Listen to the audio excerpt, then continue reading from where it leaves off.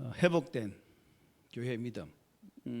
초대교회 예루살렘 교회가 회복되었을 때 오늘 본문이 보여주는 능력의 모습, 표적과 기사가 따르는 그런 모습이 오늘 본문의 말씀입니다. 승리하는 교회, 또 승리할 수 있는 교회는 어떤 교회일까? 바로 오늘 본문이 아마 최고의 모습이 아닐까라는 생각이 듭니다. 표적과 기사가 많이 일어나고 나타나는 교회, 마음을 같이 해서 함께 모이고 또 믿지 않는 세상 사람들에게 감동을 주는 그런 교회, 이게 최고의 교회 모습, 또 승리하는 교회 모습이 아닌가. 교회가 반듯하게 건물로 세워져 있을지라도 교회 되어진 지체들이 교회로서의 삶을 살지 못하면 그 건물의 교회는 아무짝에도 소용이 없다는 것이요. 세상의 많은 건물 중에 하나에 지나지 않는다. 그러나 비록 천막 같은 교회일지라도 그 속에 거주하는, 그 속에 내주하는 함께 되어진 각 교회의 성도들이 각각의 생명을 가진 주의 자녀들이 합심하여서 내주하신 성령의 도우심과 또한 그 성령의 은혜로 하나 되어진 모습으로 일치된 그 마음으로 주의를 감당하게 되어질 때에 비록 천막일지라도 그 교회가 가장 화려한, 가장 웅장한 교회가 된다는 사실을 저는 믿고 싶습니다. 그런 측면에서 우리 또한 오늘 이 시대에 승리하는 교회로 세워지기 위해서는 우리 안에 계신 그 성령님의 은혜로 인해서 그 성령이 전적으로 나를 지배할 수 있도록 성령의 충만함으로 살아가는 그 자세가 우리에게 필요합니다. 오늘 사도행전 본문의 말씀 그거잖아요. 성령이 임했을 때, 성령의 은혜가 임했을 때 그 교회가 예루살렘에서 큰 역할을 감당하게 되어진 그러한 모습을 우리에게 말씀해 주고 있죠. 그래서 우리 교회는 이런 승리하는 교회의 모습을 하고 있을까? 모든 것이 정말 살아 움직이는 그러한 교회일까? 이런 교회가 되는 것은 뭐 조직이나 프로그램이나 건물로 되는 것이 아니죠. 또 사람에 의해서도 되는 것도 아닙니다. 때문에 우리는 믿음의 사람이 되기 위해서 최선을 다해야 되는 거죠. 믿음의 사람이 있을 때 비로소 승리하는 귀한 교회가 될 줄 믿습니다.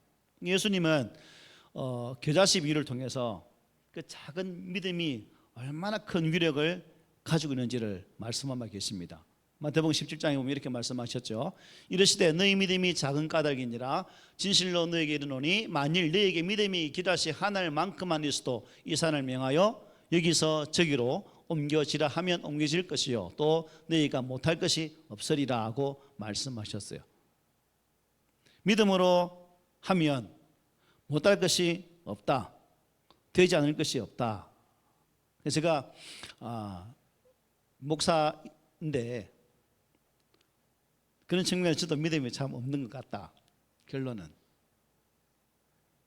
그래서 믿음 없는 우리가 어떻게 이것을 회복시켜 나갈 것인가, 오늘 본문을 통해서 그 해답을 한번 좀 찾았으면 좋겠습니다. 믿음이 없고 부족하기 때문에 믿음의 역사가 일어나지 않는 것이지, 그죠? 않는 것이겠죠. 그러니까 우리가 놀라운 역사가 일어나기 위해서는 내 안에 새로운 믿음의 변화, 회복의 믿음이 있을 수 있도록 간절히 사모하며 나갔으면 좋겠습니다. 오늘 본문 15절 한번 보십시오. 우리 함께 읽어볼까? 같이 시작. 심지어 병든 사람을 메고 거리에 나가 침대와 요 위에 누이고 베드로가 지날 때에 혹 그의 그림자라도 누구에게 덮일까 바라고 라고 말씀합니다. 베드로가 지날 때 혹시나 그 그림자라도 덮이면 은혜 받을까. 저는 이 대목을 보면서 베드로가 어떤 사람이었습니까? 참 예수님의 첫째가 하는 제자였죠, 그렇죠? 첫째 제자였습니다.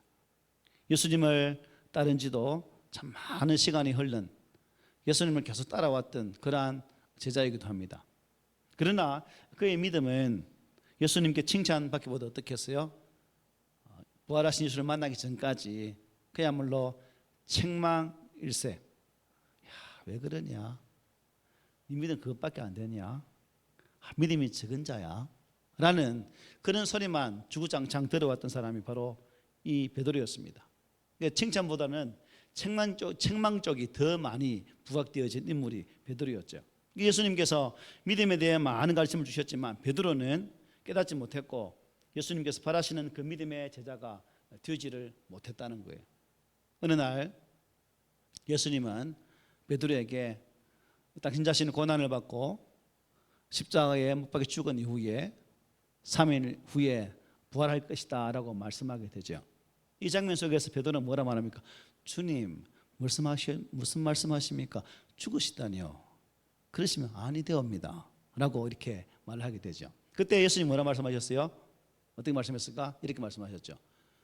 베드로에게 이르시되 사탄아 내 뒤로 물러가라. 너는 나를 넘어지게 하는 자로다. 네가 하나님의 일을 생각하지 아니하고 도리어 사람 일을 생각하는도다.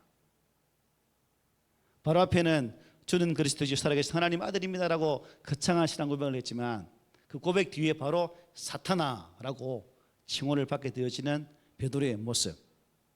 참 칭찬 듣는 게 또 오래가지 못하는, 돌았으면 야단 맞는 그러한 인생이 바로 베드로였습니다. 베드로는 아직도 예수님의 말씀을 깨닫지 못하는 그러한 믿음이 형편없는 제자인 것을 보게 되죠. 그리고 예수님의 부활이 무엇인지 알지도 못하는 어리석은 사람 중에 한 사람이었습니다. 그뿐 아니라 예수님은 이 제자 셋과 함께 겟세마네 동산에 가서 마지막 십자가를 두고 기도하실 때 어떻습니까? 예수님은 땀방울이 핏방울 되도록 그렇게 간절하게 기도하셨지만 베드로는 어떻게 했을까요? 잠이 들고 말았죠. 예수님께서 베드로에게 이렇게 말합니다. 제자들이 오셔서 하는 말씀이 너희가 나와 함께 1시간도 이렇게 깨어 있을 수 없더냐. 야, 좀 피곤해도 같이 좀 기도하지. 왜 그렇게 못하니? 라고 말씀하는 거죠. 결국 이런 말씀을 보면 베드로는 참으로 믿음이 없는 사람 중에 한 사람이었다는 결론을 내게 됩니다. 예수님이 그렇게 밤을 새우며 간절하게 십자가를 놓고 기도했는데 옆에서 잠을 아주 맛있게 잤나 봐요. 그죠? 맛있게. 잠을 맛있게 자는 사람은 부럽죠. 그죠? 여러분 아마 저희 집에 계신 분도 저는 잠을 잘 자는 사람이고 잠을 좀 덜 주무시는 분이시거든요. 아마 남편이 잘 자는 거 보면 아마 셈이 낚이는데 툭 자고 싶은 마음 안 듭니까 혹시? 어쨌든 베드로가 그렇게 하나도 맛있는 잠을 잔 것 같아요. 이제는 얼마 남지 않은 참 조금 후에 하나님의 귀한 역사로 예수님 죽게 되는데 그 상황인데도 불구하고 그렇지 못했다는 겁니다. 그런데 그 베드로가 어떻게 해요? 오순절날 성령을 받고 변화가 된 거예요. 성령을 받고.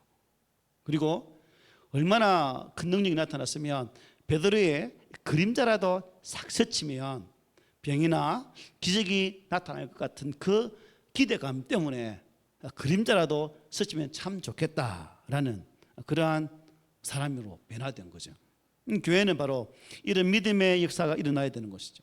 베드로와 같이 변화된 믿음의 사람들로 가득해야 됩니다. 자, 그렇다면 여러분 어떻게 하면 이 베드로의 믿음처럼 이렇게 회복될 수 있을까? 나의 믿음이 어떻게 하면 변화될 수 있을까? 베드로는 예수님께서 말씀하실 때 믿음으로 반응하는 것보다 변화되기 이전에 어떻게 해요? 자신의 생각을 앞세웠던 사람 중에 한 사람입니다. 그래서 실수도 많이 하고요. 또 잘못된 판단도 하게 되어지고 제자였던 과거를 돌아보면 그야말로 제자로 사지 말아야 할 것을 비교적 많이 했던 그런 분이었죠. 예수님을 부인하고 도망가서 다시금 버렸던 그물을 집어들고 배를 타고 고기 잡으러 가는 그러한 베드로, 그야말로 믿음에 실패한 사람이었습니다. 그러나 이 부활하신 예수를 만나고 나서 그는 충격적으로 과거의 베드로가 아니라 새로운 베드로로 거듭나게 된 거죠. 이제는 과거와 다르게 예수님이 원하시는 예수님께서 하시는 그 말씀을 어떻게 해요? 온전히 믿는 자리까지 나가게 되었다는 겁니다. 사도행전 4장 1절로 4절에 보면 1장 4절에 보면 이렇게 말합니다. 사도와 함께 모이사 그들에게 분부하여 이르시되 예루살렘을 떠나지 말고 내게서 들은 바 아버지께서 약속하신 것을 기다리라. 요한은 물로 세례를 베풀었으나 너희는 면날이 못되어 성령으로 세례를 받으리라 하셨느니라 말씀해요. 베드로는 예수의 말씀을 그대로 믿었고 예루살렘을 떠나지 않았습니다. 그리고 그는 성령의 충만한 역사를 받고 변화된 인생의 삶을 살게 됩니다. 우리는 어떻습니까? 베드로처럼 주의 말씀을 그대로 믿으면서 주께서 말씀하시면 그 명령하신 것을 떠나지 않고 기다릴 수 있는 사람일까? 베드로의 진정한 변화 전과 변화 이후의 모습을 한번 딱 잣대를 그어서 기준을 두고 베드로가 성령 받기 이전의 모습과 이후의 모습을 이렇게 볼 때에 베드로가 보였던 성령 받기 이전의 모습이 지난해나 어떻게 해요? 별반 차이가 없다. 그죠? 그렇죠? 그래요. 실수하고 실패하고 넘어지고 확신하지 못하고 말씀에 대하여 반응하지 못하고 살아가는 것이 그 이전의 삶이었습니다. 그러나 베드로가 이제 성령의 은혜를 체험한 이후에 그는 그야말로 세상 속에서 불같은 복음의 화신으로 하나님의 거룩한 복음을 죽음을 불사하고 전했던 그러한 인물로 변화되었다는 거예요. 성령 세례를 받고. 그래서 우리가 물세례는 제가 주장하는 그 세례 물세례는 우리가 받아요. 그러나 중요한 것은 물세례 중요한 것이 아니라 물세례 이후에 이 성령의 은혜를 받아야 되는 거예요. 성령 세례. 성령의 우리가 표현하기를 기름 부으심 은혜 있잖아요. 이것이 우리가 있어야 된다는 겁니다. 왜냐? 내 안에 있는 성령은 지금도 계세요. 누구에게나 항상 말씀드리는 것이지만 그 성령이 내 자아에 의해서 제어되지 않도록, 즉 성령이 내 몸을 온전히 주장할 수 있도록 성령께 내어드리는 작업이 바로 성령 충만이라고 볼 수 있는 거예요. 저와 여러분이 이 신앙생활을 하면서 정말 온전한 삶, 베드로처럼 실패하는 삶이 아니라 지금 만난 이후에 베드로처럼 그렇게 강력한 삶을 살기를 원한다면 내 안에 있는 성령을 제어하지 않고 오직 그분께 온전히 내 삶을 양도하는 그런 작업들을 부단히 감당해야 비로소 우리는 성령의 충만한 사람으로 변화될 수 있는 것이고 나아가 베드로가 행했던 그러한 은혜의 삶을 살아낼 수가 있다는 거예요. 그런 측면에서 저도 그렇고 여러분도 그렇고 아직까지 완전한 내어드림이 내려놓음이 되지 못하고 있다. 동의하십니까? 예, 제청하십니까? 감 이해하십시오.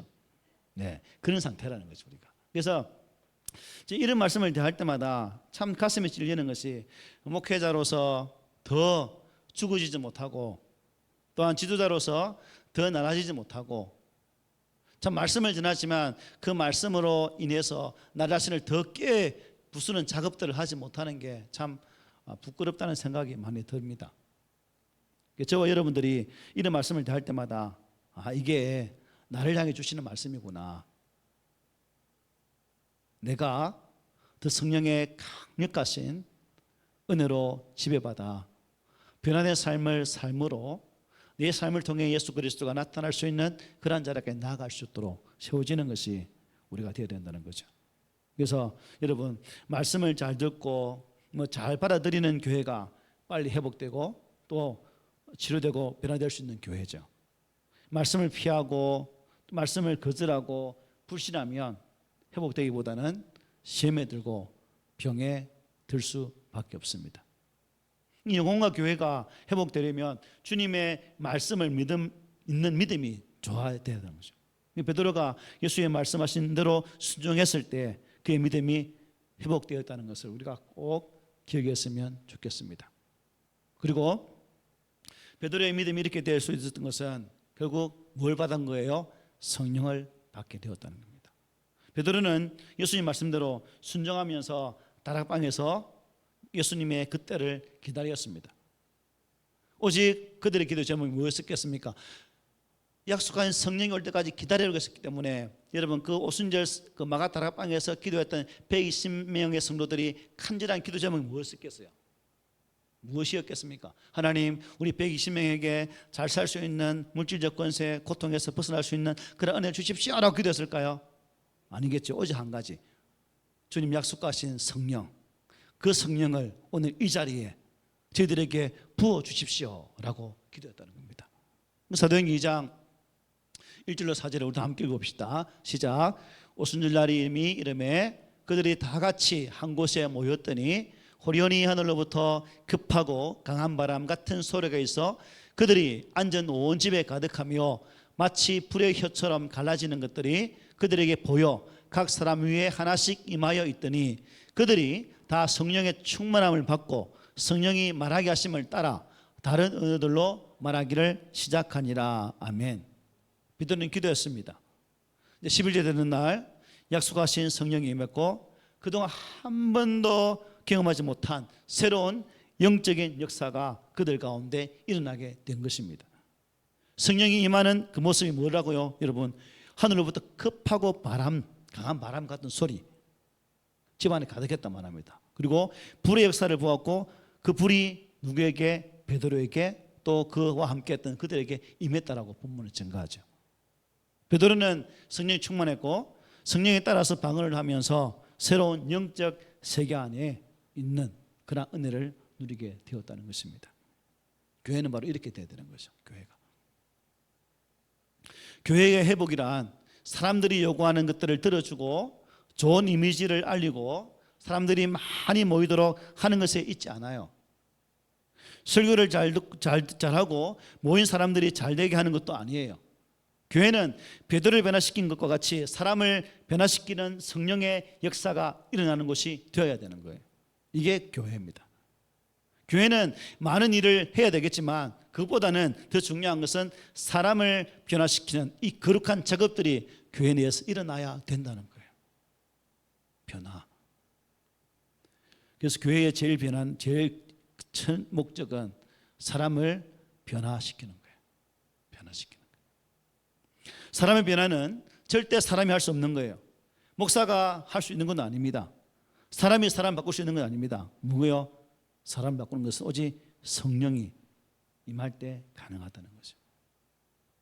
그러므로 우리 공동체도 이 베드로가 바뀐 것처럼 성령을 간절하게 사모하는 그 은혜로 성령을 받고 우리의 신앙의 인격이 변화되는 자리까지 나아가는 그러한 성도들이 되었으면 좋겠습니다.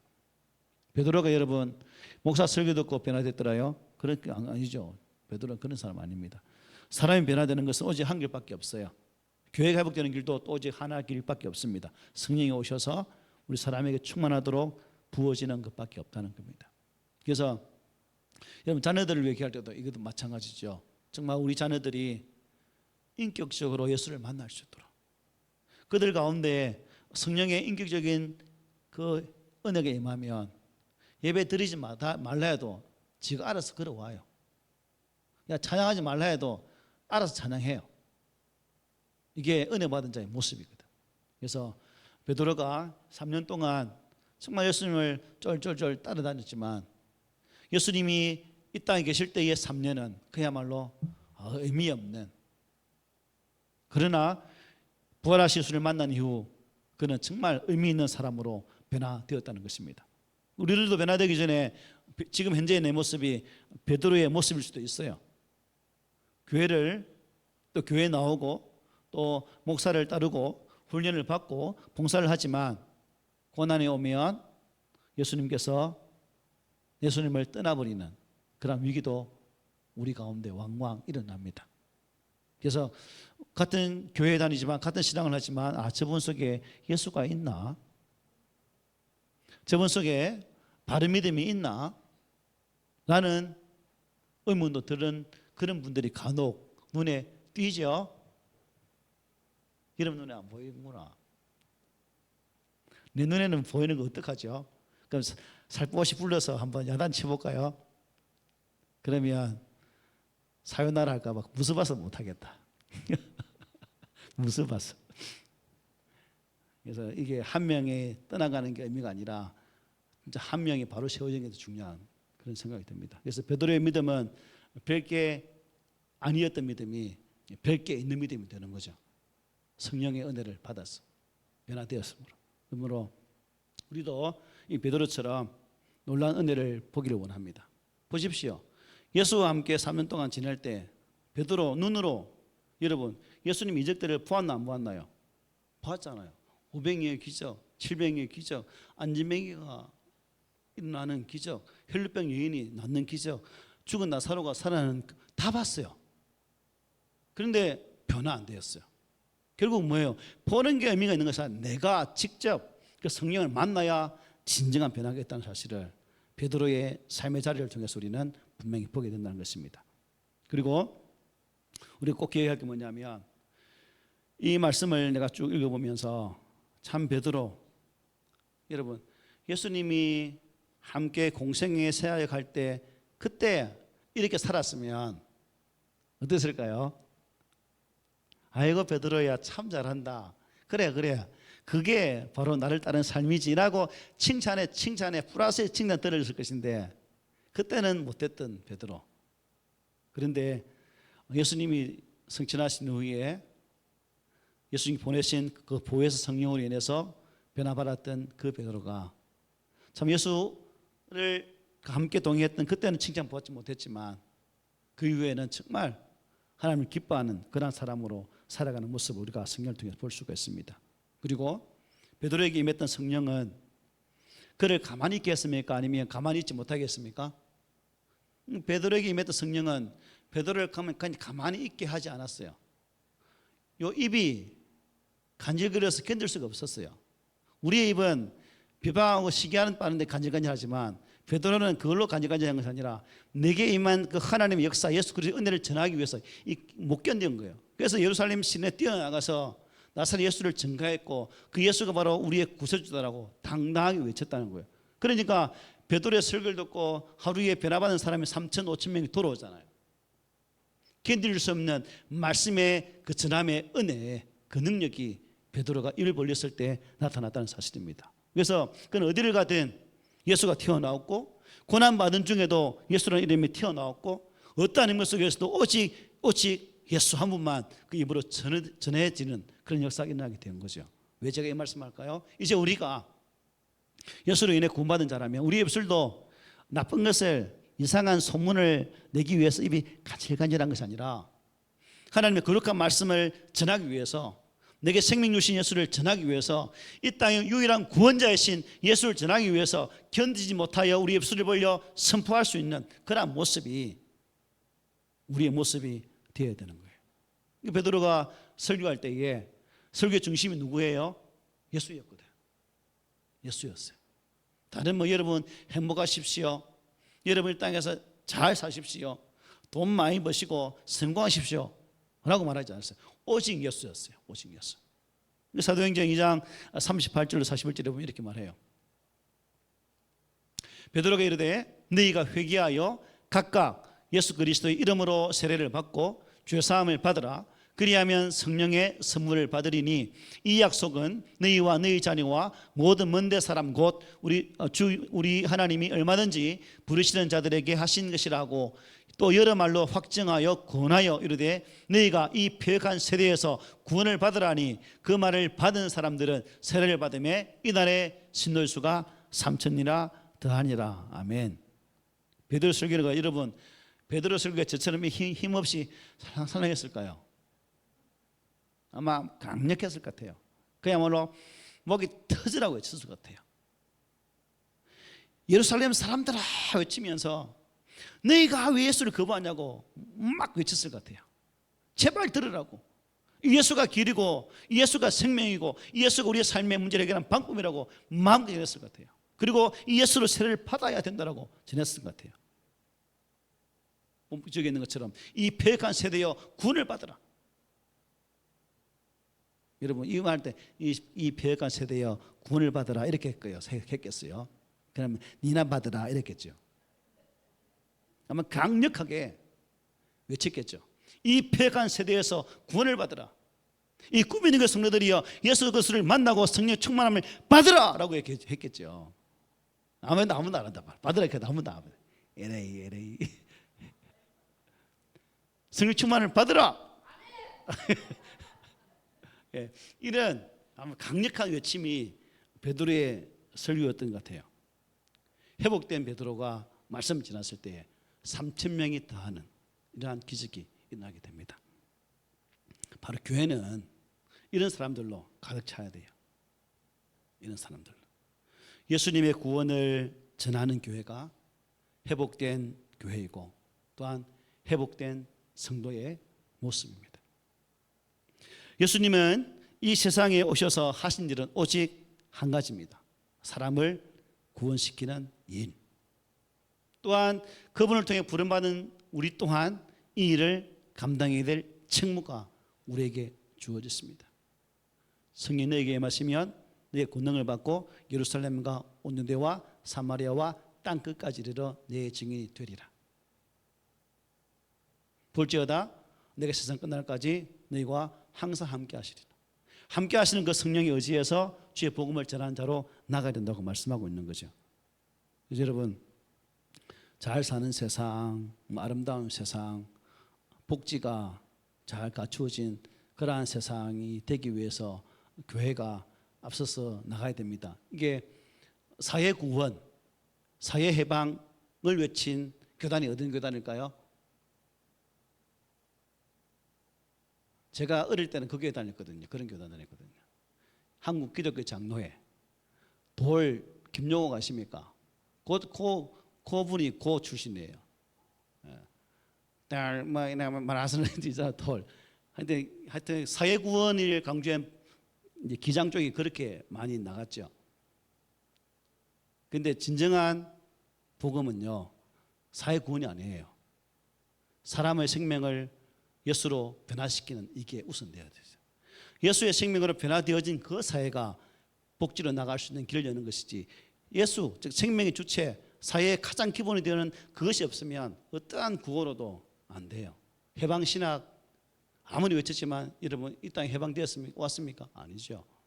예수만이 우리한테 진정한 자유를 줄 수 있다는 사실입니다. 그래서 베드로는 그러한 예수를 만났기 때문에 복음을 전하다가 붙잡혀서 거꾸로 매달려 순교하는 자리까지 나가게 되죠. 죽는 날까지 예수 이름에 부끄러움을 주지 않기 위해서, 존귀하신 그 이름에 합당한 영광을 돌리기 위해서 베드로는 초질간 예수를 소망하는 삶으로 나갔다는 것입니다. 그래서 베드로가 최후에 전한 말씀은 그가 정말 얼마나 예수님을 사랑하고 또 그 사랑의 예수님을 전하여서 사람들을 회복시키기 위해서 간절함을 담고 있는지를 어디를 보면 될까요? 베드로서를 보면 되죠. 베드로 전후서를 보면 베드로가 예수를 이제 만난 진정한 성령으로 변화된 이후에 복음을 전하면서 그가 어떻게 복음을 전하는지를 잘 말씀해 주고 있습니다. 그 중에 베드로서 이제 3장 11절부터 18절은 우리 베드로의 마음을 담아서 한번 읽고 마치도록 하겠습니다. 시작. 이 모든 것이 이렇게 풀어지리니 너희가 어떠한 사람이 되어야 마땅하냐?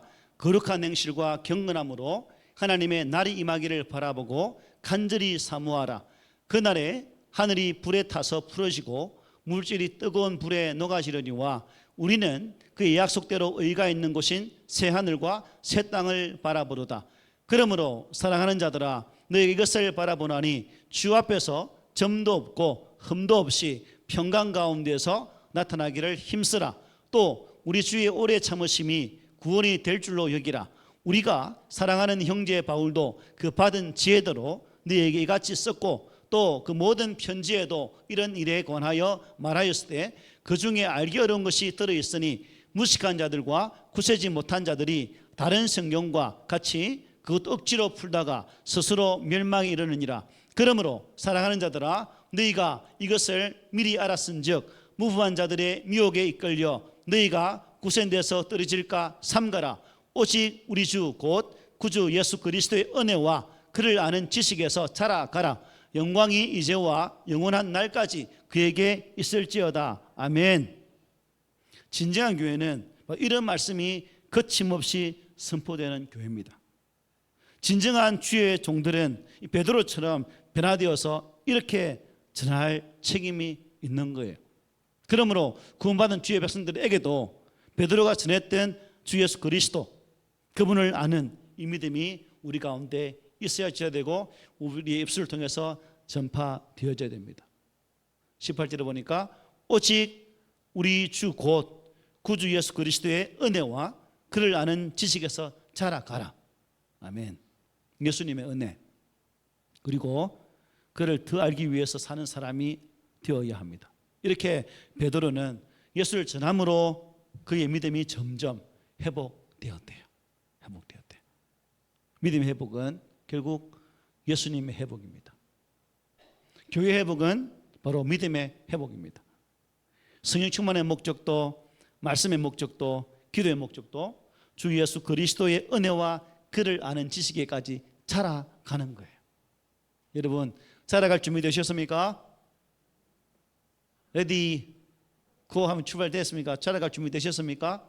우리는 말씀을 들을 때마다 그 말씀을 통해서 내 자아가 변화되어지고 성령의 놀라신 그 변화의 물결을 내 삶에 받아들이고 성령께서 이런 모습 저런 모습으로 비춰갈 때마다 아니 되옵니다가 아니라 주님 나를 만져주셔서 나를 하나님께서 원하신 사람으로 만드시고 나의 걸음을 인도해 주십시오 라고 기도하며 맡겨면 되어진 삶을 살아낼 때 우리가 승리하는 성도가 될 수 있는 것이고 여러분이 승리하면 우리 교회가 승리하는 교회가 될 수 있다는 사실을 의심치 마시고 믿으셔서 이번 한 주간도 성령의 강력하신 은혜로 인하여 승리했다는 소식들이 제 폰에 문자로 까똑 전해지는 이 은혜가 있기를 주의 말씀으로 부탁을 드립니다. 아멘.